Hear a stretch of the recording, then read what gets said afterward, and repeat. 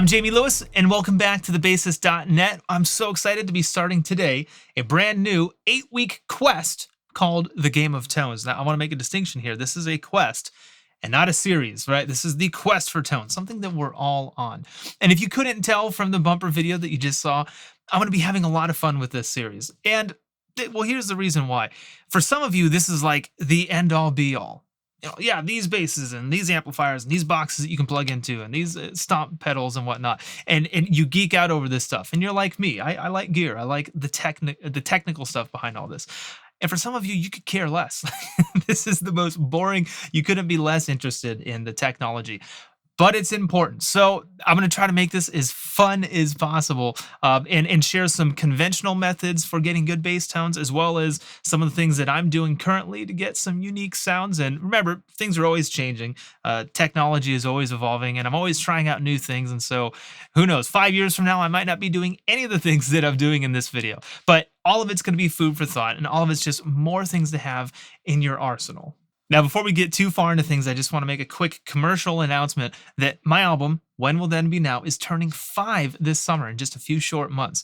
And to celebrate this, I'm doing a deluxe, limited edition, limited run, however you want to call it, vinyl pressing. This was a digital release only initially. And this is the first time that I'm putting out any physical form of it. So there's a link popping up right now. If you want to pre-order, it's going to come out this June 27th. I should double check that date before I make announcements like this. But yeah, if you're interested in pre-ordering it, it comes with a free month membership here at thebassist.net. And also, there's another bundle that has, a t-shirt and all the jam tracks and transcriptions that come with it. So definitely please check that out. And I thank you ahead of time for your support. I really, really appreciate it. So with that, let's go ahead and start the game of tones. I figured that it would make the most sense to start this series out by talking about basses. Because the different boxes you can plug into and all these different things don't matter if you don't have the thing that plugs into it to begin with. Now, I'm sure many of you have a bass already, but there are many different types of basses. I have several of them, and I love them. They all have a different vibe. They all have a different character. They have a different sound. They have a different weight. They will make me play a certain way depending on which one I'm holding, because they all feel a little bit different. And so it does make a huge, huge impact in your tone and your sound and the way that you're going to play. Now, I need to already stop and say that this could be like a 4-hour video if I'm not careful, because already I feel like I'm rambling. So I just want to say this really quick. This is not going to be a scientific discussion or dissection of what each of these instruments has or does. It's going to be very broad strokes and just kind of give you an overview of what these instruments typically sound like and how I like to utilize them in a recording session or on stage in a live scenario or whatever. So here's what I'll do. I'm just going to pick up a bass. I'm going to talk about it for a little bit. I'll share some of its stock features and then tell you when I would use it, what songs or grooves or genres I gravitate towards this instrument. And I'll play a little bit for you and try to describe what it is that I'm talking about, which is kind of always interesting. If you browse through forums like Talk Bass and Gear Sluts and all these different places, you hear words being thrown out about music. Oh, this is so fat or this is so heavy. It gives this really fuzzy sound. And it's so silly. There's a great bass player by the name of Mike Pope. Definitely check him out. And every time I read things like that, I think of something that he told me. He said that talking about music is like dancing about architecture. You can't do it. It makes no sense. There are no words to describe the beefy sound you get from playing a P bass with a pick. I mean, the word I used was beefy, but really, did it sound like cows? Did it taste like hamburger? When you say like, oh, it's so heavy, it's so fat. Like, did you gain weight when you played it? Like, these words really, really make no sense. So the best way to do it is actually to hear them. And that's what I want to do for you today. So I guess it makes the most sense to start by talking about the classic, iconic P bass. Considered by many to be the bass guitar. If you had only one instrument, your desert island bass, you could only take one with you. Which would it be? Most people would probably say a P bass, and for good reason. It's really easy to use. It's hard to go wrong because there's so little features. You have one pickup, it's a split pickup. You have a volume knob and a tone knob. That's it. Really, really hard to go wrong. There's not too much to mess with. You plug it in, and within 10 seconds, you should be ready to go. You'll have a great tone. And the way I would describe the tone is probably Well, it's definitely got, to my ears, a very beefy sound and sort of a natural nasal or a mid-rangey honk to it.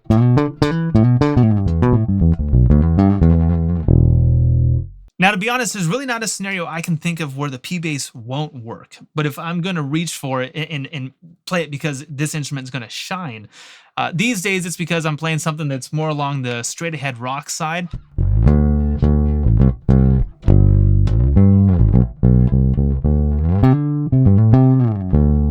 Or if I'm playing something like straight ahead and I'm using, like a pick and really driving.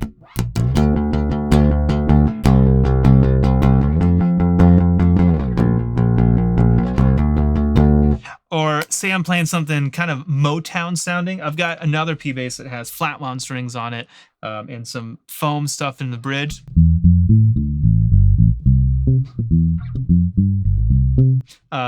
For something more old school sounding. But all those are scenarios, again, where that beefy mid-range punch is really desirable. So P bass all the way.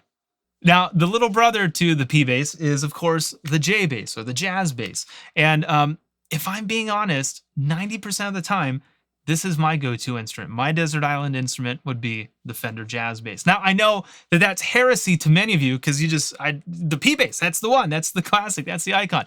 And yeah, you're right. I grew up playing a P bass. Trust me, I'm there with you. I love the sound of it. Until I started playing a J bass and I saw how much more versatile it was. And when I would play the P bass, there's a lot of times I would go to my amp and grab the EQ knobs and start tweaking things to make it sound good. Whereas this it sounded fine on its own. I didn't really need to alter the sound in order to get the tone where I wanted it to be. And rightly so. There's far more tonal variation you can create with it. We have we have two pickups instead of the one. So this bass is wired up volume, tone. Sometimes it's volume and then, a blend knob and a tone knob. So there's different variations of it. But it can go from both pickups all the way in. It's got this really nice natural scoop to it. Opposite of the P bass. Again, that mid-range punch that the P bass has, this one kind of does the opposite. It scoops it down, which if you're recording modern music, for the most part, you're scooping a lot of the mid-range out of the bass. This does it automatically, so I don't actually have to go out and scoop stuff. I don't need to do it with EQ. The bass does it automatically. And same thing, you got a tone knob so you can mellow it out. Also, just by favoring one pickup over the other one, if I turn the back pickup off, I kind of get like the majority of that beefy vibe that I got from the P bass. If I go back to playing with this,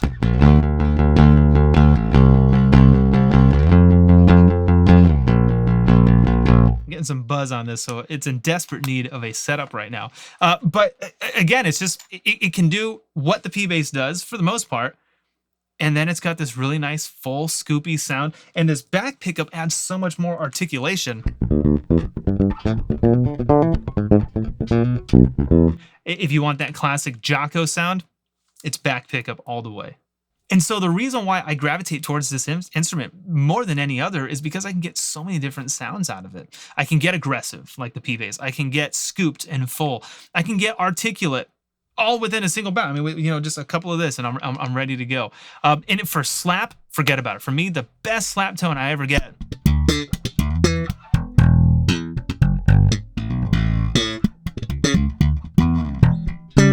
It's just the jazz bass sounds so good. And that was just everything's 100%. Volume up, tone up.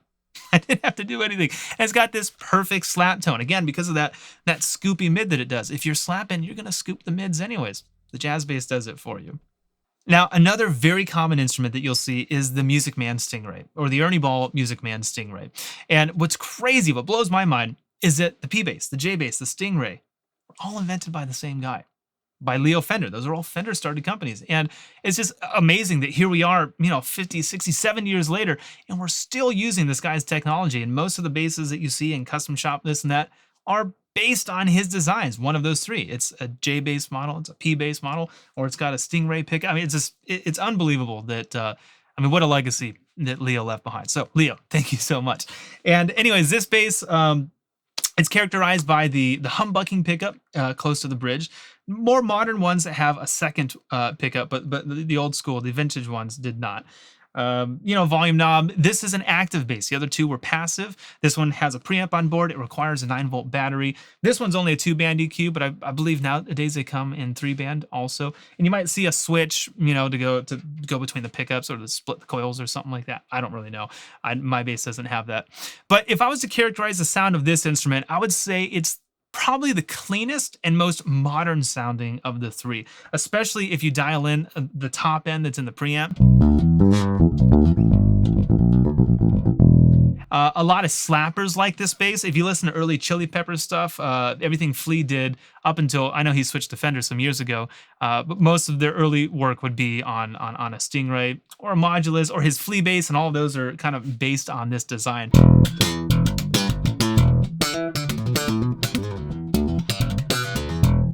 And to be honest, I'm really not a fan of this instrument. Let me say, first of all, it's not the instrument's fault. I don't mean that this instrument sounds bad. I've owned 3 Music Mans in my lifetime. This is my 3rd one. And I sold the other 2 a decade ago because I could never get them to sound good. I had a Sterling and a Stingray. And I would play it and I'm just always twisting these knobs trying to get the sound right. It's like, man, I just can't. But if I were to hand the bass to you and you played it, it'd be like, oh, that's awesome. Hand it. No, wait, that's not it. For me, I guess I'm a J or a P player. There's just something about the way that these instruments feel that I don't like, but I love the sound of them. When I hear other people play them, it's great. But me personally, I can't tweak them enough to make it sound right. Now, I did some upgrades on this bass. This one has the Aguilar 2-band preamp, the OBP2. And it does have an Aguilar pickup on it as well. And so do the other 2, but both the P and the J that I just played also had Aguilar pickups in them. And they're great. Fantastic upgrade to the instrument. And you can just kind of hear, again, this is very clean. It's got probably the most zing to it. It's just got this top end sizzle that neither of the other 2 instruments had. So if you like that, if that's your thing, again, Chili Peppers, think Rage Against the Machine. There's a lot of bands that would use that. But also, if you dial that back, you can get this really thick and fat.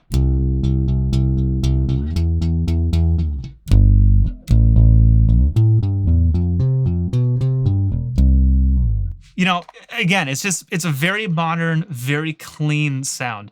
And I really don't gravitate to that much. But I'll say this, to the benefit of this instrument, I've been playing it nonstop for about the past 2 months.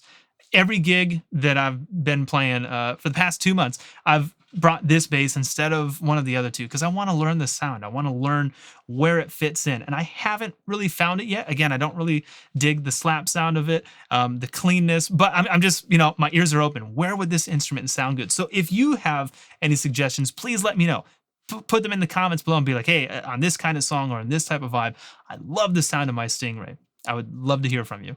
Now, if you're a working bass player, I highly recommend that you have 1 or 2 or even all 3 of these instruments that I just showed you. Because again, 95% of the time, these are the ones that I use. And it's not just me. Go to a concert. There's 4 bands playing that night. Most of them are using either a P or a J or a Stingray. They're so common and for good reason too. They sound great. They're versatile. It's really, really hard to go wrong. There's just something about that classic, iconic Fender design. It's excellent. But if you want to have some other tonal options, I call these wild cards or character basses, where I'm not going to use them every single time, but there's definitely a scenario where it's like, that bass, that one's the right one for the job. It's going to sound killer. Well, of course, there's always those options. You could have something that, is in the 5 or 6 string variety, something that's boutique that would go great for soloing.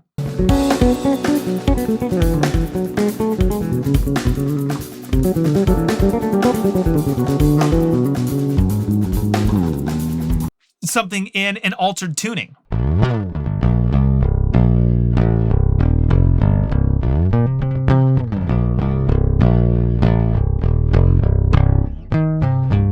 Something semi-hollow.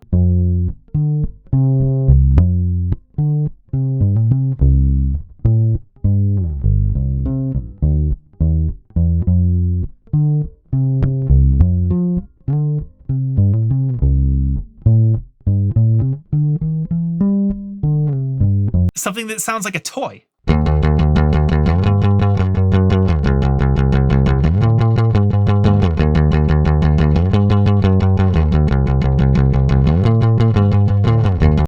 something that doesn't have any frets.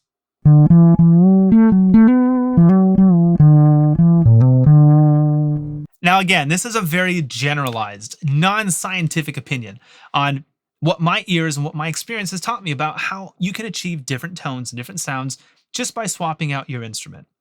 By no means do you have to go and buy 10 basses. That would be absurd. You don't have to have multiple instruments in order to be considered, legit or a pro or whatever word you want to throw in there.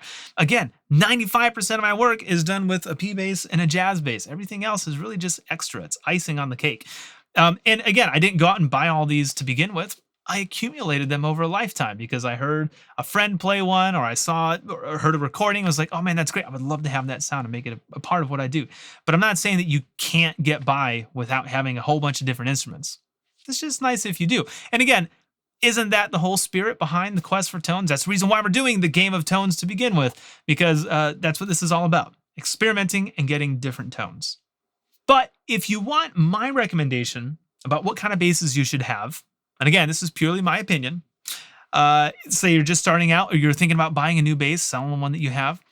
Here would be my recommendation. If you're only going to have one instrument, make it a passive 4-string. Because again, 90% of your work could be done on a P or a J bass. If you have a second bass, make it an active 5-string.